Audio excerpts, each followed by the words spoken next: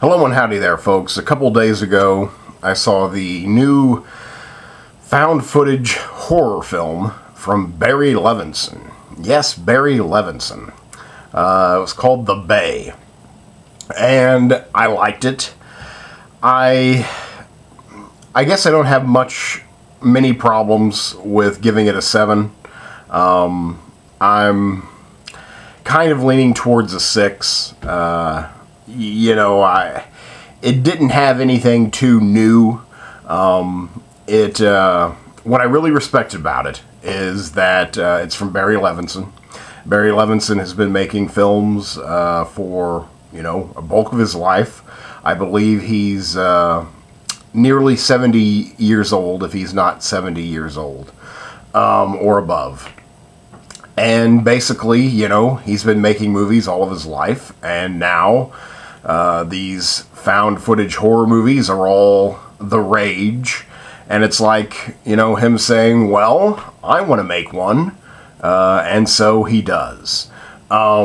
He co-wrote this story with the writer. Both he and the writer are producers on the film, so I think it's pretty much, for better or worse, a honed artistic vision from these two gentlemen. I definitely get that. It's very well made. I'm definitely, taken there. I felt like I was witnessing, something actually happen. So it was very well made. I also noticed that one of the producers on the film was Oren Pele, who did, I believe, the first 2 Paranormal Activities, and remains a producer on the series, as well as some other films. So you've got one of the main, research, I don't even know what title to use, for him. He's definitely got the found footage thing down. What I'm trying to say is he's partly responsible for the popularity of the genre. So, he's a part of this film, and so you know that they've got some, experience there. Again, I felt like it's about a town in New England that's on the ocean, in a bay. It's got severe pollution problems. It has chemical runoff from a chicken feed plant. Chicken excrement, chicken shit flows into the ocean. They had some mild nuclear accidents that have flowed into the ocean. It's definitely a statement about pollution. And watching, we're literally pouring shit into the ocean, and then we rely on the ocean to give us water to live off of. So there's this a lot of this imagery of eating your own shit, this continuous cycle of waste and excess, I think, is brought to the forefront here. So this pollution runoff, nuclear waste, has caused a, what do they say, cephalopod? No, I don't think so, because I believe a cephalopod is a squid. I can't remember the technical name, but it's, one of the most ancient creatures on the planet. Parasitic life form. Boy, I can't remember. It's based in truth. That's what makes it so creepy. Or these parasites actually exist. Again, they've sci-fi'd it up a little bit by making these parasites affected by nuclear waste. So they get a little big. They get a little mean. They change their appetites from fish to human. And they basically, invade your body as microscopic organisms. And then once inside your body, they grow and eat you alive from the inside and come out of your mouth and throat. So a lot of people have a bad day in this film. It all pretty much focuses on a 4th of July celebration in a small town, in the small town on the bay. That's when it all came to a head. There's footage taken from other times, but most of the footage takes place on July 4th, with all the, handy cams and, security footage. That's, again, a bulk of the story takes place on the 4th. But it's, it's about these parasitic organisms and then the effect it has on the population, and then, the government coming in, trying to hush everything up, your standard outbreak procedures, mixed in with some definite gore, some, monster movie, scares.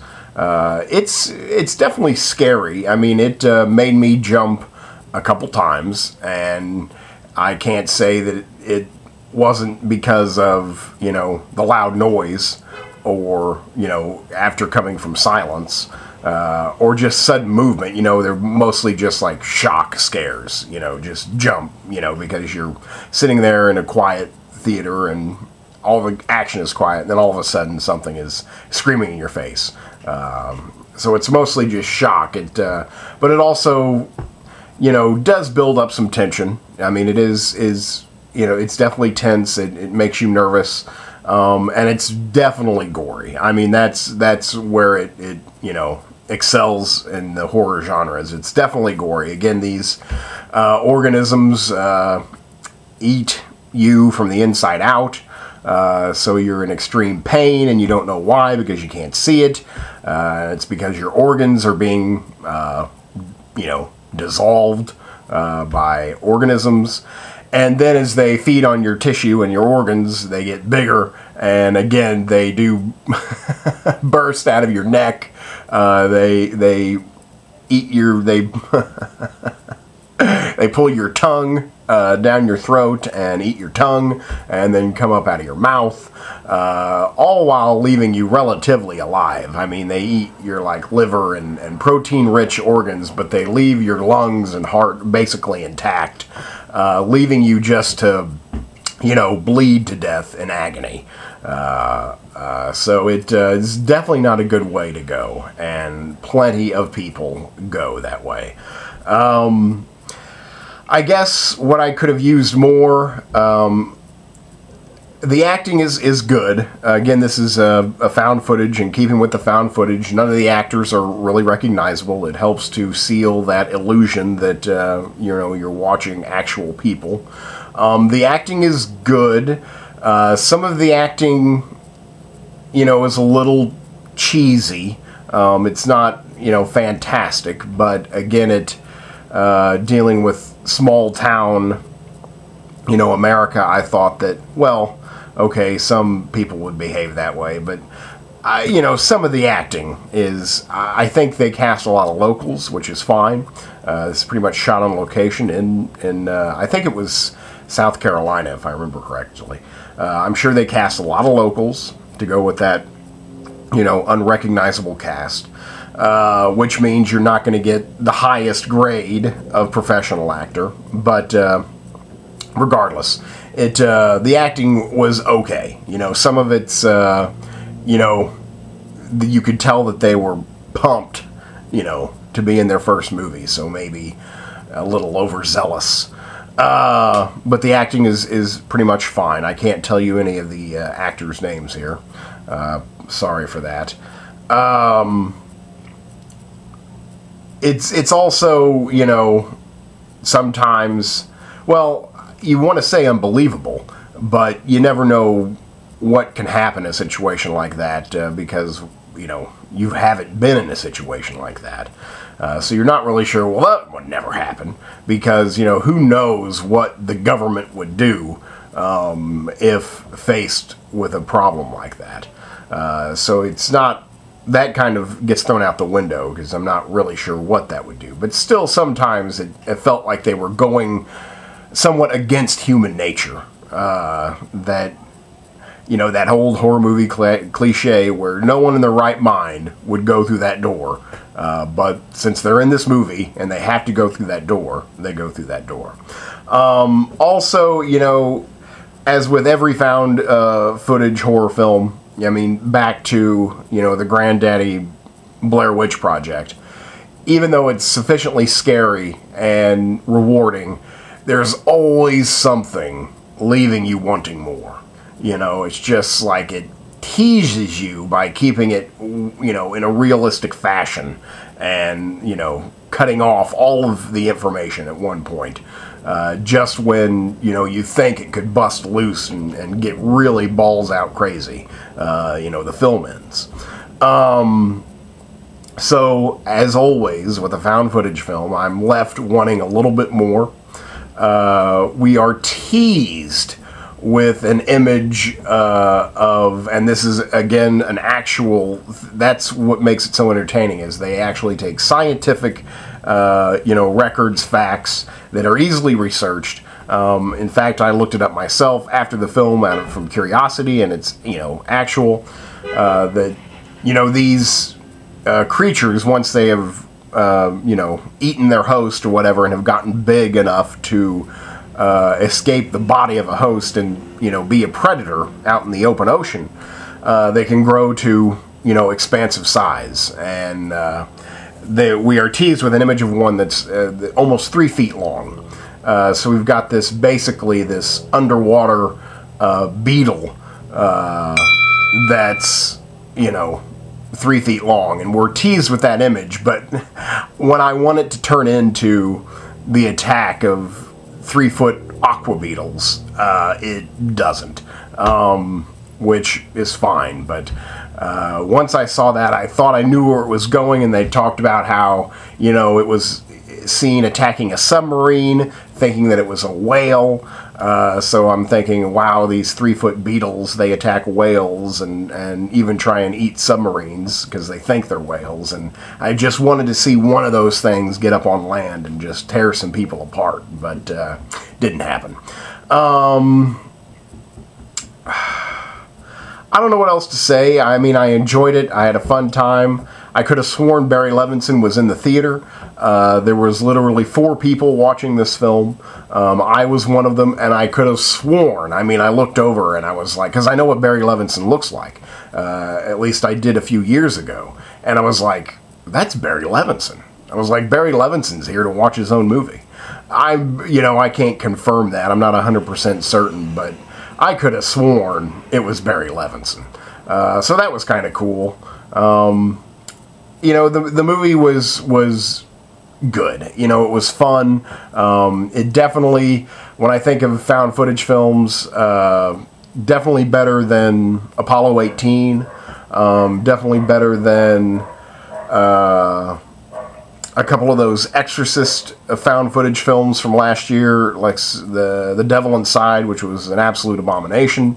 It's much better than that.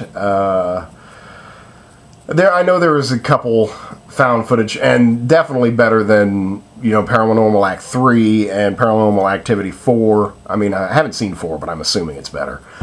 So, you know, it's fine, but it wasn't fantastic. It wasn't unbelievable, but it was definitely gory. You know, it satisfied that, you know, I love monster movies. It did somewhat satisfy my monster movie crave, though I wanted more, you know. And again, I like the spirit. I like the spirit of it, you know, where this filmmaker, he's been making movies. He made Rain Man, Wag the Dog, just to name 2. He's, you know, been working since, I believe, the mid-70s, like, steadily. And he's like, well, okay, this is what people are doing now, and now I want a chance to do it. And now he's done it. And, you know, I think that shows that, you know, as an artist, he's still exploring, still creative, trying to adapt to changing times. And I enjoy that. You know, I like to see an artist grow. Even if that artist has, you know, done a bulk of his work and you know, is an elder statesman of Hollywood. but yet he tries to do something new and fresh. So I really appreciated that. And for that reason, I think I'll settle on the 7. So there you go. I'm pretty much done there. That's Barry Levinson's The Bay, and I'll give it a 7. Check it out. Thanks.